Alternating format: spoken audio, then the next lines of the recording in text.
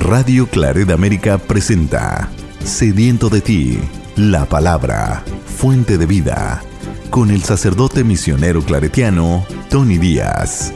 Reflexiones diarias del Evangelio. Aquí iniciamos.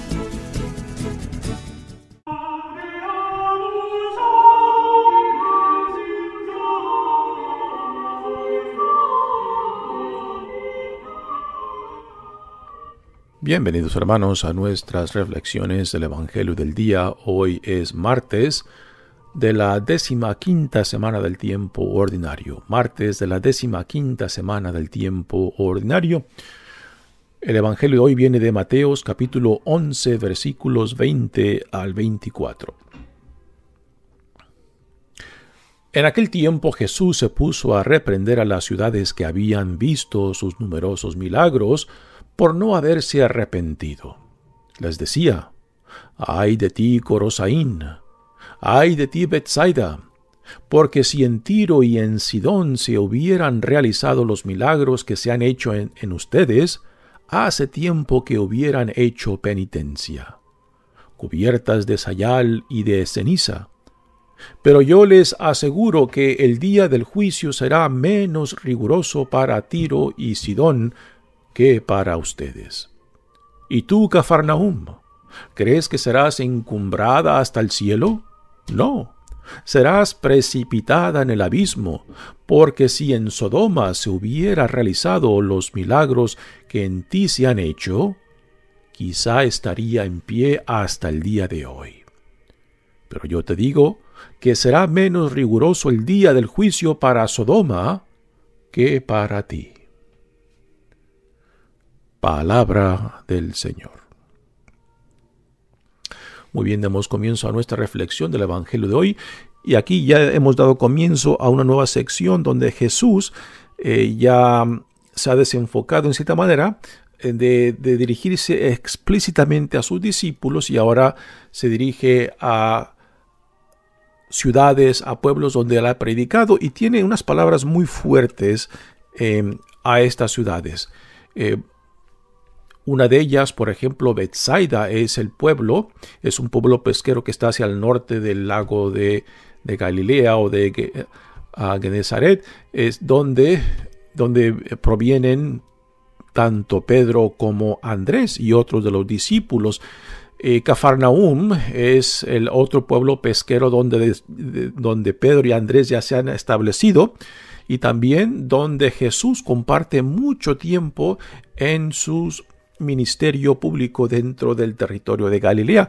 Cafarnaúm era el centro desde donde Jesús salía y regresaba, y muy probablemente que es la casa de Pedro en la que él utilizaba para sus idas y venidas, y que Cafarnaúm pues se convirtió en este centro, y muy probable que la casa de Pedro fuera una de las primeras iglesias donde se funda la iglesia. La iglesia cristiana nació en casas de familias que abrazaron la fe. Fueron iglesias domésticas que desde ahí va creciendo hasta que llega el tiempo cuando se construyen ya edificios separados de las casas donde se reunían los primeros cristianos. Jesús tiene estas palabras muy fuertes dirigidas porque parece que no ha tenido una buena recepción. Y de cierta manera este evangelio de hoy nos deja una idea de que Jesús está fracasando terriblemente en su misión, de que son muy pocos los que responden al llamado de la fe. Dice: Jesús se puso a reprender a las ciudades que habían visto sus numerosos milagros por no haberse arrepentido, y les decía: ¡ay de ti, Corosaín! ¡ay de ti de Betsaida! Porque si en Tiro y en Sidón se hubieran realizado los milagros que se han hecho en ustedes, hace tiempo que hubieran hecho penitencia. Nos dicen algunos comentaristas que Corosaín, como también Betsaida, tenían escuelas de formación religiosa, y a pesar de que eran pueblos que tenían estas escuelas de religión, pues no habían recibido la buena nueva de Jesús, no habían recibido el Evangelio de Jesús. Y parece que Jesús ofrece estas palabras fuertes como advertencia a su falta de fe. Y lo compara con Tiro y Sidón. Tiro y Sidón son dos ciudades que están al borde del mar Mediterráneo, que tradicionalmente no eran ciudades o pueblos judíos. Los fenicios, que tenían fama de ser buenos marineros, fueron los que establecieron estas dos ciudades de Tiro y Sidón en la costa del Mediterráneo. Y tenemos en los evangelios por lo menos un par de veces que Jesús se adentra a estas dos ciudades ya cerca de la costa del Mediterráneo, buscando descanso, buscando estar un poco separados del ajetreo de su predicación entre sus propios judíos. Y es aquí, en Tiro y Sidón, donde se nos deja una de las escenas más bellas, donde Jesús realmente se queda sorprendido por la fe de una mujer. Nos dice que esa mujer era sirofenicia, que no era judía, y que manifiesta una fe que Jesús ni siquiera ha encontrado entre su propia gente. Recordamos a esa mujer que viene pidiéndole a Jesús que sane a su hija, y va detrás de Jesús y sus discípulos, y los discípulos le dicen a Jesús: hombre, atiéndela para que deje de enfadarnos, ¿no? Y Jesús se vuelve a ella y le dice: no es bueno que se le dé a los perros o los perritos la comida de los niños que están en la mesa, ¿no? Obviamente es un insulto, la forma en que los judíos se referían a los paganos o no judíos era de llamarlos perros o cerdos, que son dos animales que para el judío aún hoy en día son impuros, ¿no? Y Jesús, cuando se dirige a esta mujer sirofenicia, le dice: pues no es bueno darle la comida de los niños, o sea, de los judíos a los paganos, a los perros, ¿no? Y es obvio que es un insulto, pero la mujer parece que ha obtenido, por la gracia de Dios, una fe impresionante en este hombre Jesús el Nazareno. Y aunque ese insulto recae sobre ella, yo imagino a la mujer pensando: no, pues, a mí dime lo que quieras, Jesús, pero tú a mi hija me la vas a sanar, ¿no? Ustedes que son papás y mamás, ¿no? ¿Qué no harían por sus hijos? Pues igualmente esta mujer tiene una necesidad no suya, sino de su hija, y hará lo necesario para que su hija sea sanada por este hombre de Dios, ¿no? Ahora, muchos quieren defender a Jesús diciendo de que Jesús se dirigió en ella con esas palabras que a primera son de insulto, probando la fe, para ver si esa mujer tenía fe en realidad, ¿no? Y pues, aunque sea un argumento que tenga sentido, pues no deja de ser un insulto, ¿no? Yo creo a Jesús no se le tiene que defender, Jesús se defiende por sí mismo, ¿no? Bueno, la cosa es que cuando Jesús se dirige a la mujer de esta manera, ¿no? De que no es digno de dar la comida de los niños a los perros o los perritos, la mujer, yo imagino que la mujer ha de haber pensado: a mí dime lo que quieras, Jesús, pero tú a mi hija me la vas a sanar, ¿no? Y la mujer le responde a esas palabras de Jesús diciendo: sí, tiene razón, no es bueno darle la comida de los niños a los perritos, pero los perritos comen de las sobras, de las migajas que caen de la mesa de los niños. Y Jesús se queda impresionado. En cierta manera, esta mujer ha dejado con la boca abierta a Jesús, ¿no? Y para mí esta es una escena bellísima, porque ahí no solamente se manifiesta la fe de esta mujer, que no es judía, sino también la sensibilidad de Jesús, de no responder a esta respuesta a la mujer con orgullo judío, y decirle: ¿cómo te atreves a hablarme así tú, mujer, ¿no? Que ni siquiera eres judía. No, Jesús se queda impresionado por esta fe de esta mujer al responderle con estas palabras, ¿no? De que aún con las migajas, con las sobras que caen de la mesa de los niños, estos perritos se pueden alimentar, ¿no? Jesús ni entre su propia gente ha visto esa fe. ¿Y cómo Jesús se va a cerrar a esa manifestación de fe?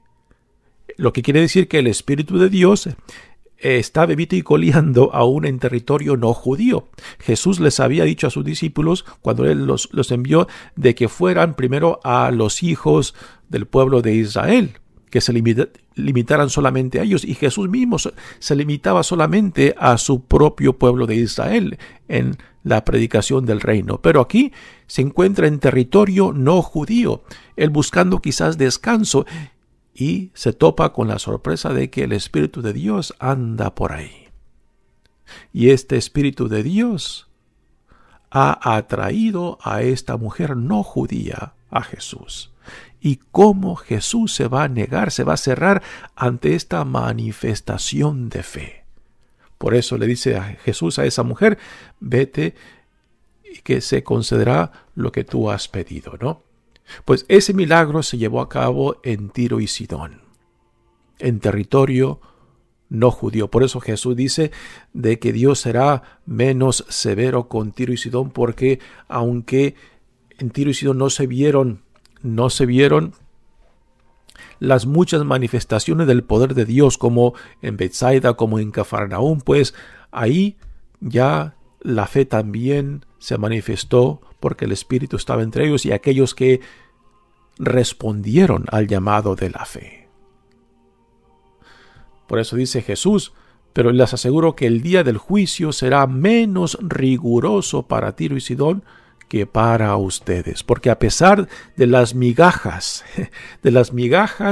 de la palabra de Jesús que habían llegado hasta los oídos de esa gente, pues ellos respondieron. Y esta mujer sirofenicia en esa escena pues es representante que, aunque solamente las migajas del mensaje de vida, del mensaje del reino hayan llegado a sus oídos, pues ha promovido la fe que se manifiesta en esta mujer sirofenicia que vino a Jesús buscando la sanación de su hija. Y después continúa Jesús: ¿y tú, Cafarnaúm, crees que serás encumbrada hasta el cielo? Recordamos que Cafarnaúm es el pueblo, la ciudad pesquera donde vive Pedro y Andrés, y donde Jesús dedica gran parte de su ministerio, muy probable utilizando la casa de Pedro como centro de sus salidas y venidas dentro del pueblo dentro de la región de Galilea. Ahora, para nosotros que leemos este evangelio, ¿no? ¿Qué hemos de tomar de este evangelio, no?